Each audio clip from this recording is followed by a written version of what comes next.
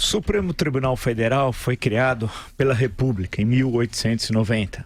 Volto a recordar que Dom Pedro II, já no final da década de 80, do século XIX, tinha mandado um representante brasileiro, Salvador de Mendonça, aos Estados Unidos para estudar melhor a Suprema Corte e fazer um relatório. Ele já tinha viajado em missão para o governo brasileiro outras vezes, o governo imperial, né? Por exemplo, para a Ásia, tem um livro dele muito conhecido chamado Trabalhadores Asiáticos, tal. Ele vai aos Estados Unidos e faz um relatório, tal. Porém, não foi possível criar no segundo reinado a Suprema Corte, porque teve o golpe militar republicano de 15 de novembro de 1889. Mas essa questão estava colocada na época e acaba sendo adotado em 1890 pelo governo provisório, pelo governo da República tal.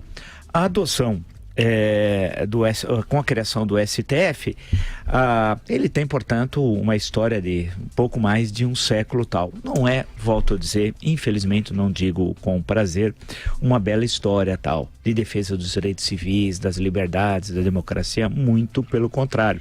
Em momentos muito graves da história brasileira, o STF esteve de costas para o país. Por exemplo, na violenta repressão à Revolução Federalista no Paraná, Santa Catarina e no Rio Grande do Sul, entre 1892 e 1895, o Supremo nada fez. E quando foi solicitado, fechou os olhos ou postergou decisões.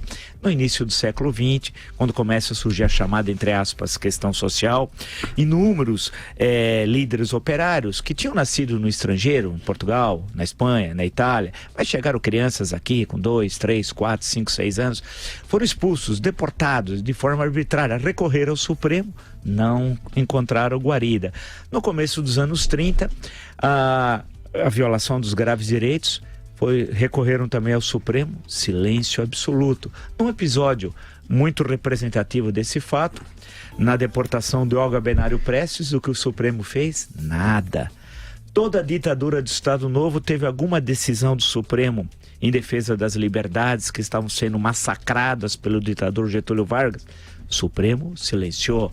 Na República Populista, entre 45 e 64, quando solicitado, por exemplo, em novembro de 1955, por Café Filho, que queria voltar à presidência, o que constitucionalmente era absolutamente correto, o Supremo empurrou a decisão para dezembro de 56 e disse que estava prejudicada a solicitação, tendo em vista que desde janeiro já tinha um novo ocupante do Palácio do Catete, que era Juscelino Kubitschek. Palácio do Catete era a sede do governo.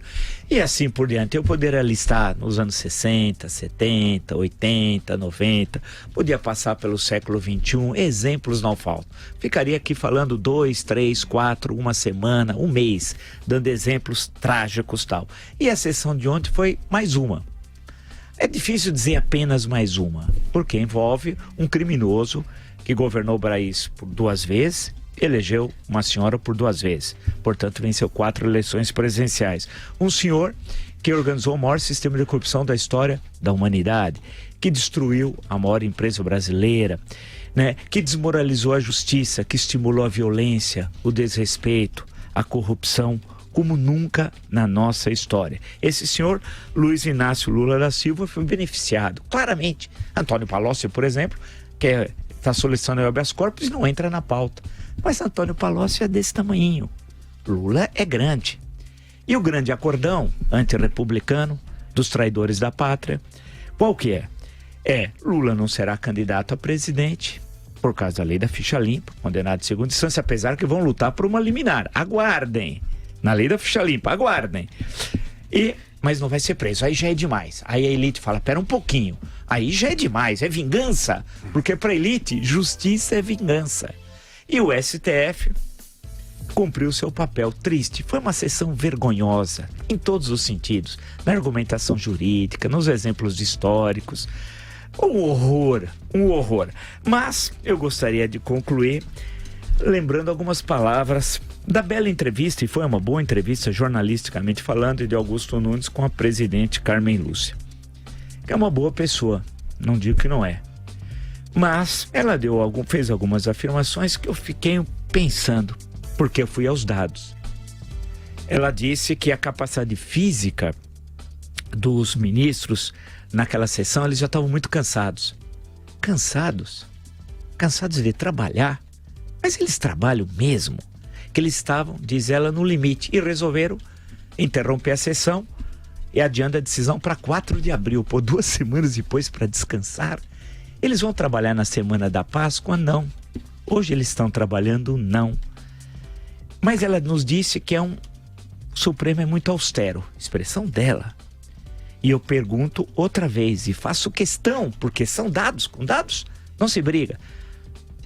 O STF é austero mesmo, ministra Carmen Lúcia? Com um orçamento, um tribunal de 554 milhões? Será? É austero, ministra, com 2.450 funcionários, que dá média por ministro de 222? É austero? É austero, ministra? Por favor, a senhora pudesse me explicar, com 293 vigilantes, e vou citar esse dado sempre, porque é verdadeiro, 293. Os vigilantes julgam, será? Não sei. Eles têm algum papel, será? 85 secretárias, austeridade, 194 recepcionistas. É austeridade, senhora ministra?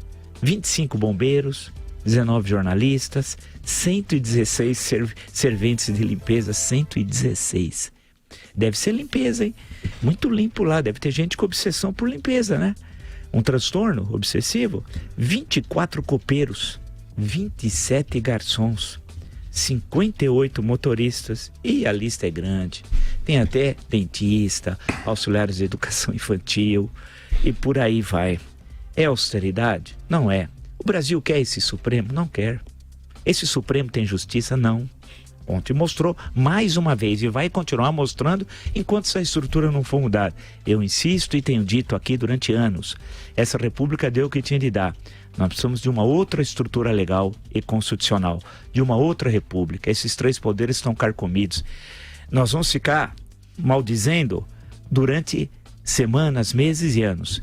Só vamos mudar quando essa estrutura for alterada. Aí poderemos construir outro Brasil. Com essa estrutura, não acredite, vocês vão ficar decepcionados ad eterno. E a eleição de 7 de outubro não vai resolver o problema. Lembre-se, 7 de outubro vai manter ou agravar a crise política. E concluindo, o STF ontem jogou água no moinho da extrema-direita. Quem ganhou ontem não foi a democracia, as liberdades, Rui Barbosa, tudo que eles citam. Quem ganhou ontem foi a extrema-direita.